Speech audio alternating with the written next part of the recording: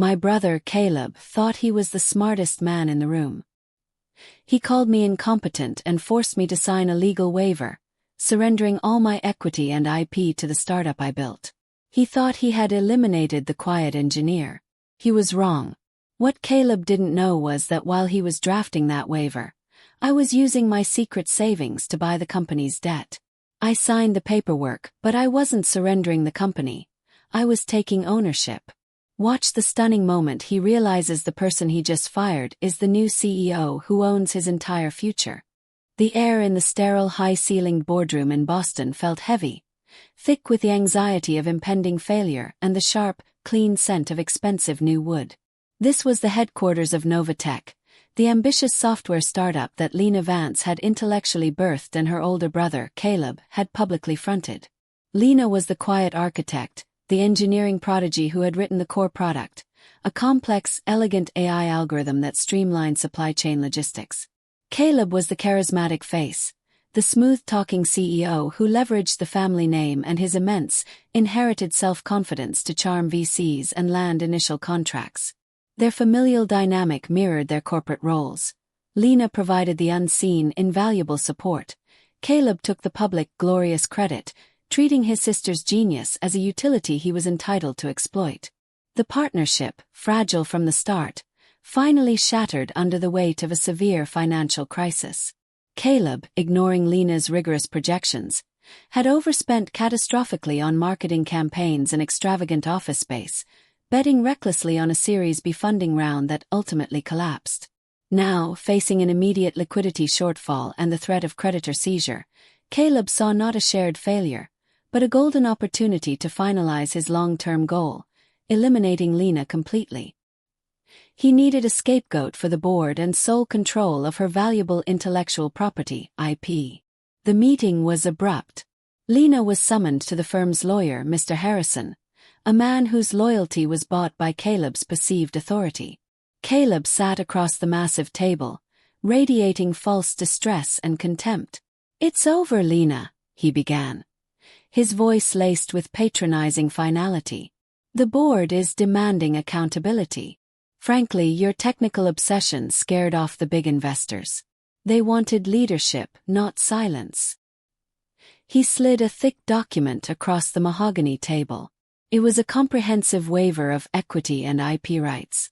The document demanded Lena relinquish all co-founder status, all intellectual property claims to the core AI, and all current and future stock options.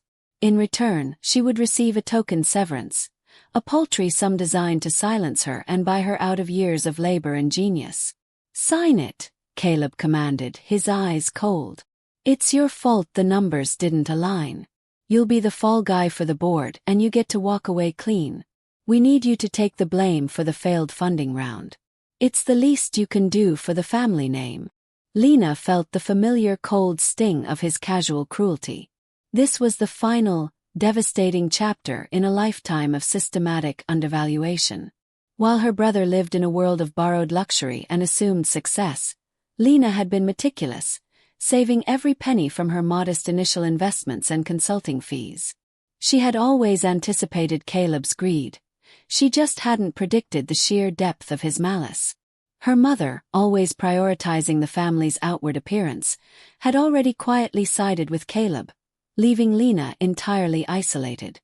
But months before this final confrontation, anticipating the company's structural collapse due to Caleb's mismanagement, Lena had executed her counterplan. She utilized her separate substantial inheritance, money Caleb hadn't known she possessed, to buy the company's most urgent toxic asset, its senior secured debt. Through a perfectly constructed, anonymous holding company registered in Delaware, Lena had systematically acquired the primary debt notes that had been issued to cover Caleb's reckless spending. She was no longer just a founder. She was the company's most powerful creditor, sitting on a secured loan note that was now overdue and had ballooned into an 8-figure sum. Lena sat at the table, calmly studying the waiver, absorbing the final, cruel details of her brother's contempt. Caleb believed he was watching his victim surrender. He saw her silence as defeat. He saw the pen in her hand hovering over the line. But Lena saw the true, irreversible shift in power. By forcing her out as a founder, Caleb had unknowingly activated the final trigger of her meticulous, silent revenge. He was about to discover that by demanding her signature on the waiver, he wasn't eliminating a threat. He was handing the company over to its new, secret, and absolutely unforgiving owner. The closing meeting had just begun. The atmosphere in the boardroom was thick with Caleb's anticipated triumph. Lena picked up the pen and, with precise, unhurried strokes, signed the waiver of equity and IP rights. The pen scratched across the paper, the sound loud and final in the tense room. "There," Lena said softly, sliding the document back to Caleb. "I'm officially relinquishing all ownership." Caleb snatched the document, a smug, victorious grin stretching across his face. He barely looked at the signature, already visualizing the board presentation where he would pin the entire failed funding round on Lena. "Thank you, Lena. This is for the best. Now you can go find a quiet job where they appreciate housekeeping." His condescension was toxic, absolute. The lawyer, Mr. Harrison, moved to finalize the paperwork, gathering his files, eager to close the disastrous chapter. "That concludes the founder exit, Caleb. I'll file the IP transfer immediately." "Not so fast, Mr. Harrison," Lena interrupted, her voice gaining an unfamiliar, icy clarity. She reached into her briefcase and pulled out a single thin folder, not thick with legal jargon, but filled with crisp, current financial documents. "There is one outstanding matter we need to address before Caleb is officially the sole owner." Caleb bristled, leaning forward. "What is this?" "The deal is done, Lena. You signed." "I signed the founder's waiver," Lena confirmed. "But you forgot to account for the creditor's claim." She slid the folder across the table toward the bewildered lawyer, ignoring Caleb entirely. The lawyer opened the file, his expression shifting from professional irritation to profound, panicked shock. The documents were dated 1 month prior and detailed the transfer of ownership of Novateca's senior secured debt, the massive loan taken out to cover Caleb's overspending, to an entity named Aegis Holdings.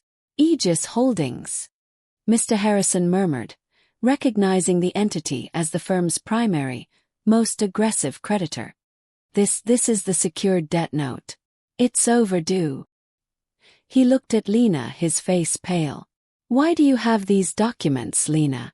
Who is Aegis Holdings?" "I am," Lena stated simply. "Aegis Holdings is my private holding company. I utilized my private funds months ago to acquire Novateca's secured debt." "Congratulations, Caleb. By signing that waiver, you successfully made me the 100% owner of Novateca's IP and assets, through foreclosure." The blood drained from Caleb's face.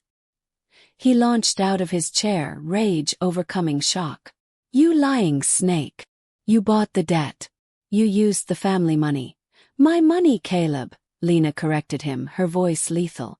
"The money you didn't know I had because you never bothered to ask about anything I achieved outside your shadow. You underestimated the quiet engineer." Lena continued, her voice rising with the authority of the true CEO. "Mr. Harrison, as the senior secured creditor, I am formally calling the entire debt immediately due.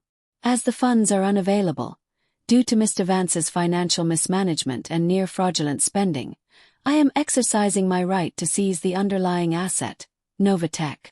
The lawyer, recognizing the legal impossibility of fighting a secured creditor with a clean paper trail, immediately began frantically packing his bag.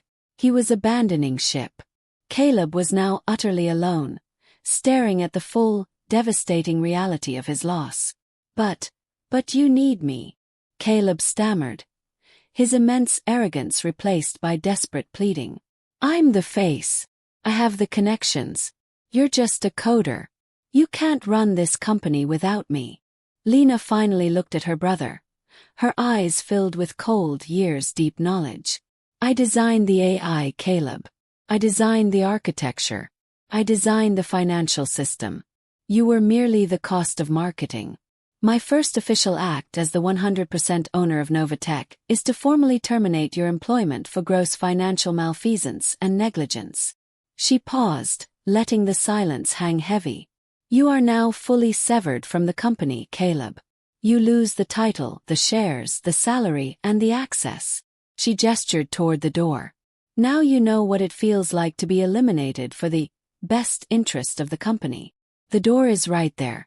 Go find a quiet job where someone appreciates your charisma. Caleb's entire identity, the prestige, the money, the power, collapsed into dust. He had used the family name and his immense ego to build a house of cards, and Lena had simply called in the foundation. She watched him stagger out, broken and humiliated, losing the firm she had intellectually built to the very person he tried to discard. Lena sat back in her chair, the signed waiver and the debt note side by side, powerful and silent. The quiet engineer had finally taken ownership of her own legacy. Lena's revenge was cold, legal, and perfect. She proved that technical knowledge always beats arrogance. Caleb lost everything: his title, his career, and the company he failed to run. Have you ever had to use a secret source of power to expose a betrayal? Tell us your thoughts on Lena's final ruthless move in the comments. Hit the like button and subscribe to Just an Unusual Story for more unbelievable comebacks and ultimate justice.